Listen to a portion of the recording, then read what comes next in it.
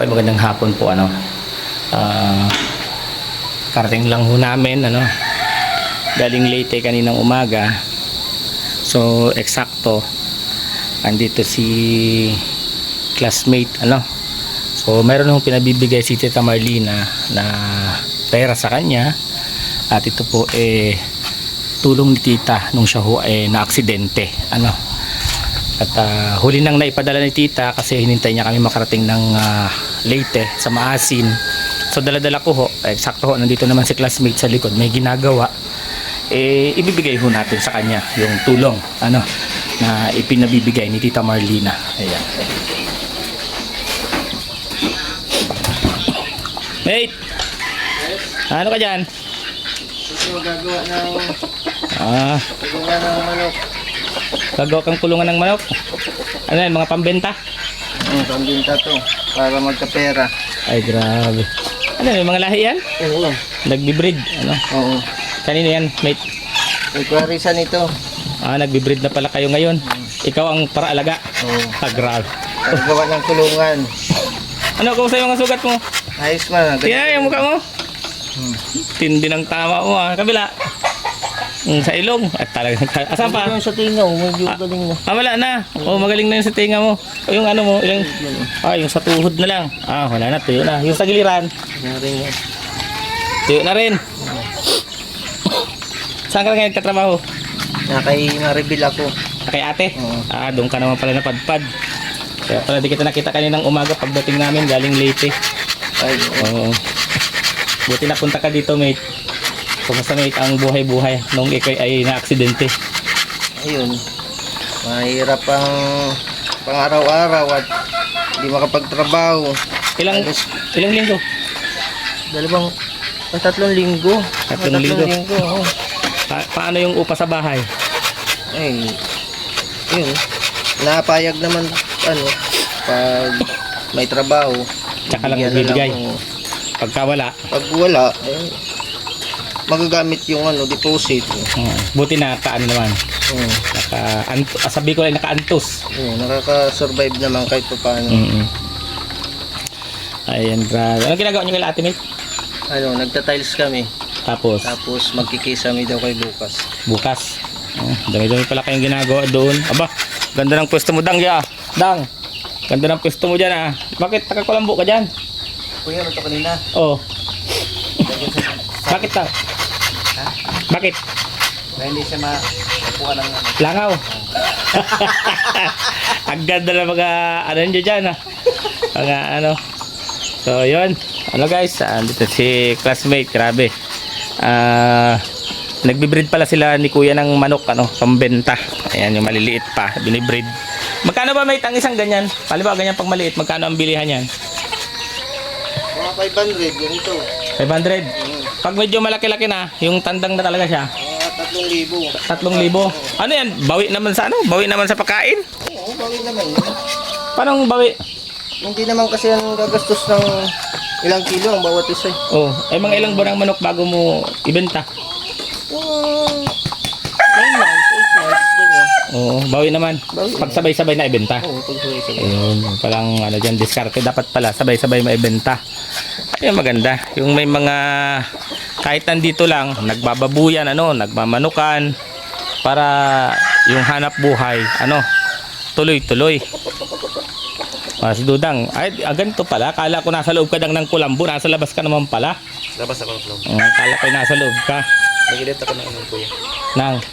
Video. Nag-i-edit daw si Dudang ng video. Guys, support nyo si Dudang, Nagpa-imot Sa ako ng ipin sa Alisay. 200 yung bayad. Yan, support nyo guys si Dudang, Support nyo yung kanyang YouTube channel, pagka siya ay naka-live, and then pag siya ay nag-upload ng kanyang video. Mate, alam mo ba kung bakit kita in-interview? May idea ka? Wala naman. Wala? Wala. Ay, Bakit? may kukuha kasi sa yung driver. Yun, maganda yun. Kasi di ba, Trabaho. ano bang mga minaneho mo na experience mo ng minaneho? Mga truck, Truck, mga kutse ganyan, pang private. tapos, Family driver ako dati sa Manila eh. ano mga nahatid-hatid mo? Mga estudyante. Tapos sa truck naman, pan-deliver ng manok, Ano pa? sa soft drinks, ganyan, mga libote. Yung malalaki. Mga ilang wheels. Mga 6 wheels, ganyan. Pero ang lisensya mo, mga pang ilang wheels. Pang lang ako, pang 4 wheels lang talaga. Oo. Sako pa naman yung 6 wheels, sako pa naman yung lisensya ko kasi yun, maliit lang naman pero 6 wheels siya. Ay kung kukunin kang, halimbawa, papaasikasuhin ka gamit ng passport papuntang ibang bansa, family driver din doon or company driver, palagay mo, malakas ang loob mo na pumunta kang ibang bansa. Halimbawa lang, kasi syempre may mga supporters tayo dito sa Siguro, pwede kasi malaki naman ang sa ibang bansa, di ba? willing ka na mag-ibang bansa. Makakarating ako basta walang gastos. Mahirap kasi ang gastos eh. Yan ang problema, yung panggastos, Panggastos, pagkuha ng mga papel, pag-ayos ng papel. Tapos pag uwi ka, halimbawa, ibang bansa ka, ang pasalubungan mo naman kaming tsokolate.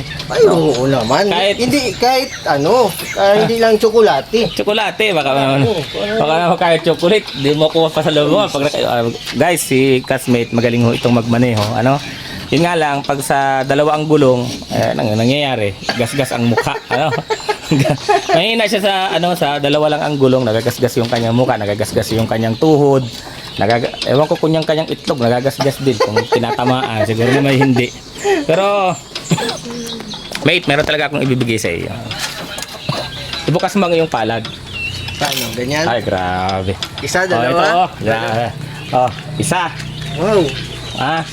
Dalawa. Wow. Tatlo. Wow. Apat. Wow. 5. 5,000 mate. Sa akin talaga to? Yo, sa'yo yan. Totoo? Oo, galing yan mate kay Tita Marlina at pinabibigay niya sa'yo bilang tulong kasi ilang araw ka daw na hindi nakatrabaho, ilang linggo kang hindi nakatrabaho, and then yung upo sa bahay, para makabayad ka. Napakabait ni Tita Marlina. Di naman tayo humingi doon. Nagulat lang kami na sabi niya, ito Daddy Donut, pakibigay mo doon sa classmate mo, sa kaibigan mo, yung na-aksidente. So ngayon mate, anong masasabi mo kay Tita Marlina? Nasa Canada siya ngayon. Tita Marlina, maraming salamat po sa binigay mo sa aking blessing. Napakalaking tulong po nito sa akin, pambayad sa upa ng bahay, pang-grocery namin, araw-araw. Maraming salamat po, Tita Marlina. Sana po ay huwag kayong magsawa tumulong sa mga nangangailangan. God bless you po. Yan. So, yun tita, nabigay na natin kay classmate yung inyo pong pinabibigay na konting tulong sa kanya. So, yun. At sa ngayon, medyo okay na ho yung kanyang kalagayan. Magagaling na yung kanyang mga sugat, no? Pero halata mo pa na talagang malalaki. Yung sugat na kanyang tinamo. Ayan, magkapareho pa kami ng damit ni Pading Rene, Ayun, Pade! Pareho tayo ng damit, Pareho tayo ng damit! Bigay ni Sir Aldrin of Cebu. Ayan, kaya pareho kami ng damit dito. So yun, tita, maraming salamat po sa biyayang na ipaabot po natin kay classmate, kay sa aking kaibigan, kay Jeff. Yan, maraming salamat po. Ibabalik po yung blessing sa iyo ni Lord. Siksik, liglig at umaapaw. Ayan.